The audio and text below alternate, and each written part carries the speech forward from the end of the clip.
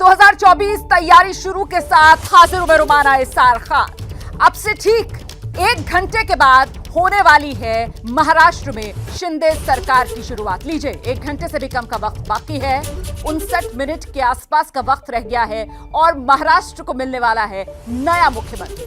वो मुख्यमंत्री जो दरअसल महाराष्ट्र के लिए किसी सरप्राइज सीएम से कम नहीं। जी, एकनाथ शिंदे महाराष्ट्र के सीएम पद की शपथ लेंगे। ठीक शाम 7:30 बजे का वक्त तय है और गोवा में जो साथी विधायक एकनाथ शिंदे के लगातार मौजूद रहे, वो जमकर जश्न मना रहे हैं। लेकिन उससे पहले ये तस्वीरें गोवा की, जहां पर साथी विधायक एकनाथ शिंदे के जश्न मना रहे। थोड़ी देर पहले होटल से बाहर निकले शिंदे के साथी विधायक, वहीं से आपको दिखाते हैं एबीपी न्यूज संवाददाता मृत्युंजय की रिपोर्ट।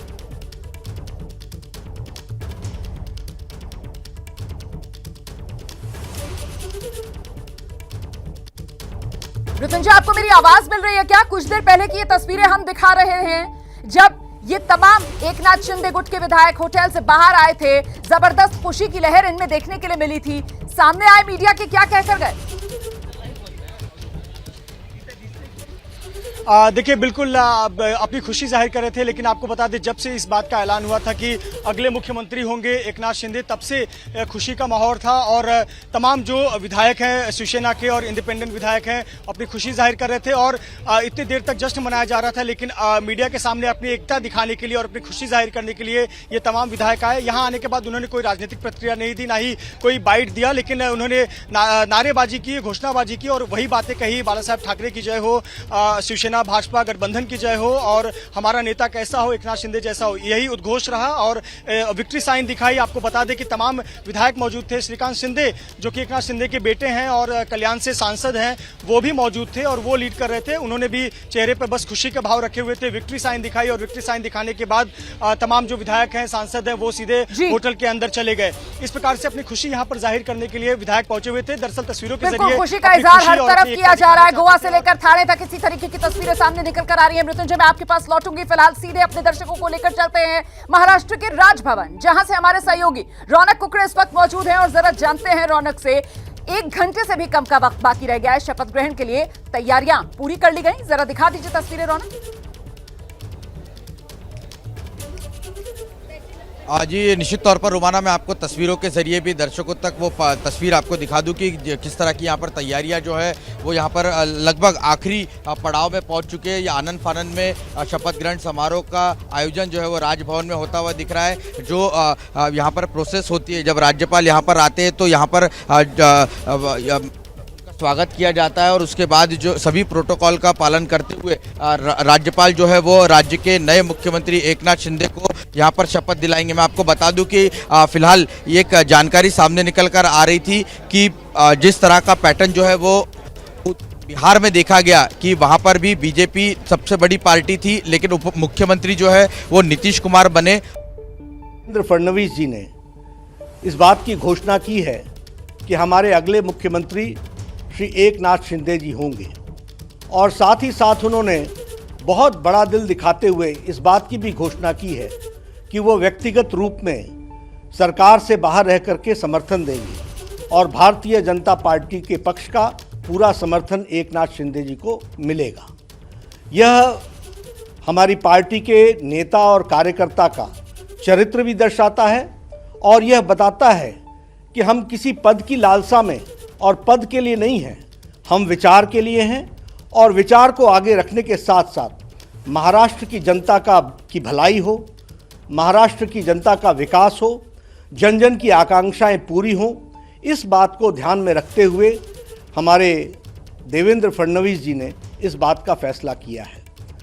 लेकिन भारतीय जनता पार्टी की केंद्रीय टीम ने इस बात को तय किया है कि देवेंद्र जी को सरकार में आना चाहिए और सरकार में पदभार संभालना चाहिए और इसलिए देवेंद्र जी से व्यक्तिगत रूप में भी आग्रह किया है और केंद्र ने इस बात को निर्देशित किया है कि देवेंद्र जी उप मुख्यमंत्री के रूप में, डिप्टी चीफ मिनिस्टर के रूप में कार्यभार संभालें और महाराष्ट्र की जनता और महाराष्ट्र की लोगों की जो आकांक्षाएं हैं उसको पूरा करने के लिए पूरी ताकत लगाएं और जन जन की आकांक्षाओं को एक विकसित प्रदेश के रूप में महाराष्ट्र को खड़ा करने में अपना योगदान करें।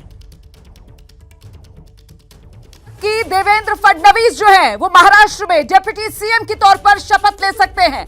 बीजेपी अध्यक्ष जेपी नड्डा को आप सुन रहे थे, उनकी तरफ से सराहना की गई देवेंद्र फडणवीस के इस फैसले की कि महाराष्ट्र में मुख्यमंत्री का पद जो है वो एकनाथ शिंदे को दिया गया है महाराष्ट्र के हित को देखते हुए। लेकिन साथ ही साथ जेपी नड्डा की तरफ से कहा गया है कि व्यक्तिगत तौर पर भी और पार्टी की तरफ से भी देवेंद्र फडणवीस से ये गुजारिश की गई है कि महाराष्ट्र में सत्ता में वो खुद शामिल हों। इससे पहले आपको बता दें, देवेंद्र फडणवीस ने मीडिया के सामने आकर कहा था कि वो महाराष्ट्र की सरकार में शामिल नहीं होंगे, बाहर से ही महाराष्ट्र की सरकार को उनका समर्थन रहेगा। लेकिन इस बीच जेपी नड्डा पार्टी अध्यक्ष, उनकी तरफ से यह जानकारी साझा की गई है कि देवेंद्र फडणवीस से पार्टी ने कहा है कि देवेंद्र फडणवीस महाराष्ट्र की सरकार में शामिल हो।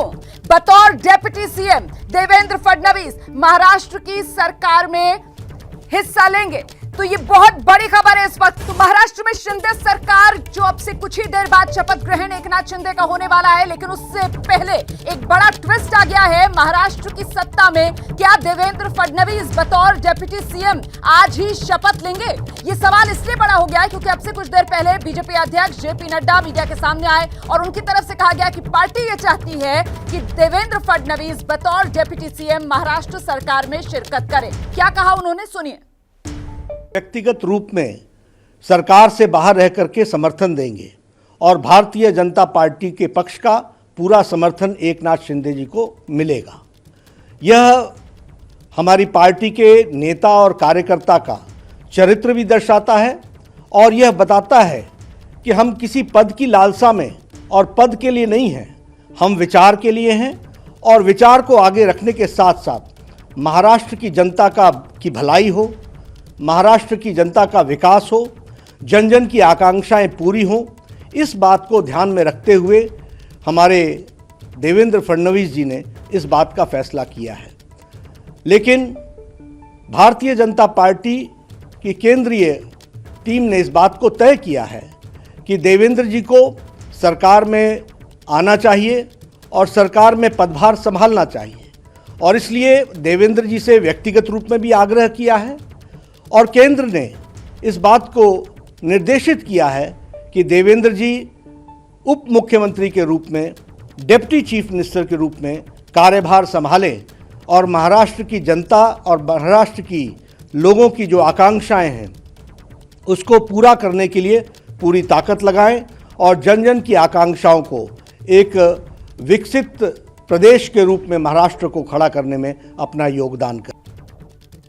सीधे रुख करते हैं, मेरे साथ मेरे सहयोगी विकास भदौरिया इस वक्त मौजूद हैं। विकास, भारतीय जनता पार्टी की केंद्रीय टीम ने तय कर दिया है, निर्देशित भी कर दिया है, इसका मतलब ये माना जाए कि अभी 7:30 बजे जब शपथ ग्रहण होगा तो बतौर डिप्टी सीएम देवेंद्र फडणवीस भी शपथ लेने वाले हैं।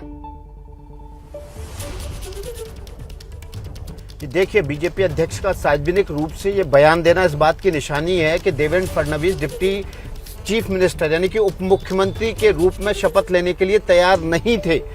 नहीं तो सार्वजनिक रूप से बीजेपी अध्यक्ष को आकर ये बयान जारी नहीं करना पड़ता। जाहिर तौर पर जो राज्य के उप मुख्यमंत्री रह चुके हों, 5 साल उन्होंने शासन किया हो, बीजेपी के वरिष्ठ नेता हों, वो एक अपने से जूनियर मुख्यमंत्री के नीचे डिप्टी चीफ मिनिस्टर यानी कि उप मुख्यमंत्री के रूप में कार्य नहीं करना चाहते थे।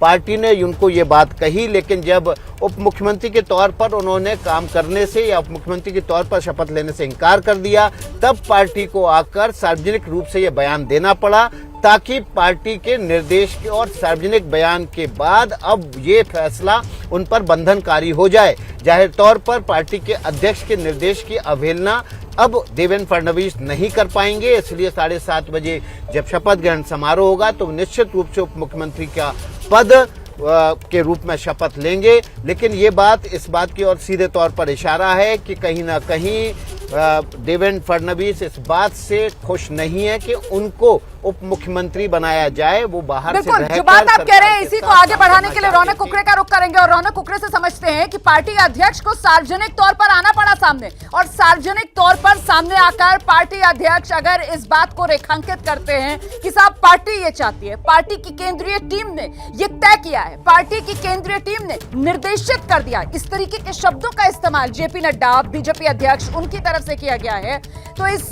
वक्त की बड़ी खबर जो विकास भदौरिया दे रहे हैं वो ये कि फडणवीस तैयार नहीं थे डिप्टी सीएम पद के लिए। इसी वजह से सार्वजनिक तौर पर बीजेपी अध्यक्ष जेपी नड्डा मीडिया के सामने आए और मीडिया के सामने आकर सार्वजनिक तौर पर उन्होंने ये बयान दिया। तो कुल मिलाकर एक तरीके से ये दबाव बनाने की कोशिश देवेंद्र फडणवीस पर, ताकि डिप्टी सीएम के तौर पर देवेंद्र फडणवीस शपथ लें। रौनक यही वजह सामने निकल कर आ रही है सार्वजनिक तौर पर जेपी नड्डा की सामने आकर देवेंद्र फडणवीस को कहने की कि डिप्टी सीएम आपको बनना होगा। और क्या अभी शपथ ग्रहण की तैयारियां देवेंद्र फडणवीस के लिए भी पूरी की जा रही हैं? देखिए, आधिकारिक तौर पर इस तरह की कोई जानकारी जो है वो प्रशासन की तरफ से नहीं दी गई है कि राजभवन ने इस बारे में कोई इत्तला मीडिया को दी है। जो जानकारी हमें दी गई थी वो यही थी कि एकनाथ शिंदे बतौर मुख्यमंत्री आज एक ही जन जो है वो यहाँ पर शपथ लेने जा रहा है। लेकिन अब जिस तरह की प्रतिक्रिया बीजेपी के राष्ट्रीय अध्यक्ष जेपी नड्डा की तरफ से आ रही है, उससे साफ तौर पर ये लग रहा है कि प्लान में अगर बदलाव हुआ तो ऐन मौके पर देवेंद्र फडणवीस भी यहाँ पर जो है वो शपथ ले सकते हैं। देखना महत्वपूर्ण होगा कि क्या एकनाथ शिंदे के साथ देवेंद्र फडणवीस भी शपथ लेते हैं या नहीं, क्योंकि इसके पहले जब प्रेस कॉन्फ्रेंस हुई थी उसमें देवेंद्र फडणवीस ने खुद ये कहा था कि वो इस सरकार से अलग रहना चाहते हैं, वो बतौर विधायक काम करेंगे, लेकिन बीजेपी का पूरी तरीके से इस सरकार को समर्थन रहेगा। बड़ी जानकारी रौनक कुकरे दे रहे हैं। देखिए अभी तक ये साफ नहीं हुआ है जो बात रौनक कह रहे हैं कि क्या अभी 7:30 बजे जब एकनाथ शिंदे बतौर महाराष्ट्र के मुख्यमंत्री शपथ लेंगे तो क्या देवेंद्र फडणवीस भी बतौर डिप्टी सीएम शपथ लेंगे आज? ये सवाल बड़ा होता जा रहा है क्योंकि ये सवाल खड़ा किया गया है खुद बीजेपी अध्यक्ष जेपी नड्डा की तरफ से। वो आए मीडिया के सामने आकर उनकी तरफ से कहा गया कि साहब पार्टी का जो केंद्रीय नेतृत्व है उसकी तरफ से ये तय किया गया है कि देवेंद्र फडणवीस जो है वो महाराष्ट्र की इस सरकार में शामिल हो। निर्देशित किया गया है कि देवेंद्र फडणवीस जो हैं वो महाराष्ट्र की इस सरकार में बतौर डिप्टी सीएम शामिल हो। और ऐसे में जिस तरीके से जेपी नड्डा मीडिया के सामने आया और मीडिया के सामने आकर उन्होंने ये बयान दिया, इसके बाद कुछ सवाल बड़े हो जाते हैं। क्या सवाल है एक एक कर आपके सामने। पहला सवाल, क्या फडणवीस के साथ खेल हो गया? ये बेहद महत्वपूर्ण सवाल हो जाता है क्योंकि कहीं ना कहीं जिस तरीके की बयानबाजी अब हो रही है, क्या जेपी नड्डा के आदेश पर अब डिप्टी सीएम बनेंगे देवेंद्र फडणवीस? क्या डिप्टी सीएम के लिए तैयार नहीं थे देवेंद्र फडणवीस, इसी वजह से सार्वजनिक तौर पर यह बयान दिया गया दबाव बनाने के लिए देवेंद्र फडणवीस पर कि और कोई विकल्प ही उनके पास न बचे? प्रेस कॉन्फ्रेंस में फडणवीस ने दिल की बात कह दी क्या? ये बड़े सवाल हैं जो अब सामने। फडणवीस का इनकार, आलाकमान की फटकार, और ऐसे में अब आपको सुनना चाहिए किस तरीके से आज जब पहले देवेंद्र फडणवीस मीडिया के सामने आए, जब उन्होंने ये बताया कि एकनाथ शिंदे को महाराष्ट्र में मुख्यमंत्री का ताज दिया जा रहा है, तो खुद अपने लिए उन्होंने किस तरीके से साफ कर दिया कि वो इस सरकार में नहीं होंगे। और उसके बाद जेपी नड्डा सामने आते हैं और कहते हैं केंद्रीय नेतृत्व ने तय किया है देवेंद्र फडणवीस डिप्टी सीएम बनेंगे। शिवसेना के जो विधायक उनके साथ है, कुछ इंडिपेंडेंट्स है, हमारे 106 विधायक है, इनमें से जो ज्येष्ठ वरिष्ठ लोग हैं जो हमारी पार्टी तय करेगी या उनकी पार्टी तय करेगी, ऐसे लोगों को मौका दिया जाएगा और मंत्रिमंडल का एक्सपेंशन किया जाएगा। मैं इस सरकार को पूरे तरीके से सहयोग करूंगा, मैं सरकार के बाहर रहूंगा और इस सरकार को सफल बनाने हेतु जो जो चीज करना आवश्यक है ऐसी सारी चीजें हम मिलकर करेंगे। मेरा विश्वास है शिवसेना के जो विधायक उनके साथ है, कुछ इंडिपेंडेंट्स है, हमारे 106 विधायक है, इनमें से देवेंद्र फडणवीस जी ने इस बात की घोषणा की है कि हमारे अगले मुख्यमंत्री श्री एकनाथ शिंदे जी होंगे, और साथ ही साथ उन्होंने बहुत बड़ा दिल दिखाते हुए इस बात की भी घोषणा की है कि वो व्यक्तिगत रूप में सरकार से बाहर रह करके समर्थन देंगे और भारतीय जनता पार्टी के पक्ष का पूरा समर्थन एकनाथ शिंदे जी को मिलेगा। यह हमारी पार्टी के नेता और कार्यकर्ता का चरित्र भी दर्शाता है और यह बताता है कि हम किसी पद की लालसा में और पद के लिए नहीं हैं, हम विचार के लिए हैं और विचार को आगे रखने के साथ साथ महाराष्ट्र की जनता की भलाई हो, महाराष्ट्र की जनता का विकास हो, जन जन की आकांक्षाएं पूरी हों, इस बात को ध्यान में रखते हुए हमारे देवेंद्र फडणवीस जी ने इस बात का फैसला किया है। लेकिन भारतीय जनता पार्टी की केंद्रीय टीम ने इस बात को तय किया है कि देवेंद्र जी को सरकार में आना चाहिए और सरकार में पदभार संभालना चाहिए और इसलिए देवेंद्र जी से व्यक्तिगत रूप में भी आग्रह किया है और केंद्र ने इस बात को निर्देशित किया है कि देवेंद्र जी उप मुख्यमंत्री के रूप में, डिप्टी चीफ मिनिस्टर के रूप में कार्यभार संभालें और महाराष्ट्र की जनता और महाराष्ट्र की लोगों की जो आकांक्षाएं हैं उसको पूरा करने के लिए पूरी ताकत लगाएं और जन जन की आकांक्षाओं को एक विकसित प्रदेश के रूप में महाराष्ट्र को खड़ा करने में अपना योगदान करें। विकास भदौरिया हमारे साथ मौजूद है। विकास, आप बीजेपी कवर करते रहे हैं, आपका अनुभव क्या कहता है? बीजेपी की जिस तरीके की कार्यशैली है, अब जबकि सामने आए जेपी नड्डा, तो क्या देवेंद्र फडणवीस को मना लिया गया होगा और उनके राजी होने के बाद ही जेपी नड्डा सार्वजनिक तौर पर आकर यह बात कह रहे हैं कि साहब सरकार में शामिल होंगे देवेंद्र फडणवीस? फैसला लिया गया है केंद्रीय टीम की तरफ से बतौर डेप्यूटी सीएम। जी देखिए, बिल्कुल एकदम स्पष्ट है। बीजेपी को बहुत बारीकी से हमने पिछले 16-17 सालों में कवर किया है और देखा है। बीजेपी में कभी भी आज तक ऐसा नहीं हुआ कि किसी को उप मुख्यमंत्री बनाने के लिए बीजेपी के अध्यक्ष को आकर सार्वजनिक तौर पर घोषणा करनी पड़ी हो। आज तक कभी ऐसा नहीं हुआ, बल्कि हमेशा ऐसा हुआ कि जब शपथ हो जा रही होगी मंत्रियों की, तब तक नहीं पता होता था कि कौन सा मंत्री, कौन सा उप मुख्यमंत्री होगा। यहाँ तक कि मुख्यमंत्रियों के नाम का भी घोषणा जो है विधायक दल की बैठक में ऐन वक्त पर होती है। उससे पहले पता ही नहीं चलता है कि कोई व्यक्ति मुख्यमंत्री बनने जा रहा है। वो ऐसे ऐसे मौके आए हैं जब मुख्यमंत्री जिसके नाम घोषणा की गई वो विधायक दल की बैठक में सबसे पीछे बैठा हुआ है और उसको अचानक पता चल रहा है कि उसके नाम की घोषणा हो गई है। और ऐसा ही वाकया अभी हाल ही में आपने देखा जब गुजरात के मुख्यमंत्री को चुना गया था। तो यहां पर भी वही बात है कि बिल्कुल, और यहां पर भी वही बात है कि देवेंद्र फडणवीस उप मुख्यमंत्री के तौर पर शपथ लेने के लिए तैयार नहीं थे। पार्टी के बड़े नेताओं ने उनको अप्रोच किया, संपर्क नहीं हो पाया, लगातार इनकार करते रहे, तब इन शब्दों का इस्तेमाल किया। आप ध्यान से जेपी नड्डा के शब्द सुनिए, उन्होंने कहा कि बिल्कुल इसी वजह से आग्रह मैं उन शब्दों को दोहरा रही हूं कि आग्रह की बात कर रहे हैं, व्यक्तिगत तौर पर आग्रह की बात कर रहे हैं और उसके बाद कहते हैं कि जो केंद्रीय टीम है उसने तय किया है, जो केंद्रीय टीम है उसने निर्देशित किया है। ये जेपी नड्डा साहब के ही शब्द हैं जो मैं बार बार दोहरा रही हूं। मुझे लगता है जरा जल्दी से हमें, अच्छा इस बीच एक बड़ी खबर आपको बता देते हैं। महाराष्ट्र में सरकार के सवाल पर झगड़ा, सीएम पद नहीं मिलने से फडणवीस खुश नहीं।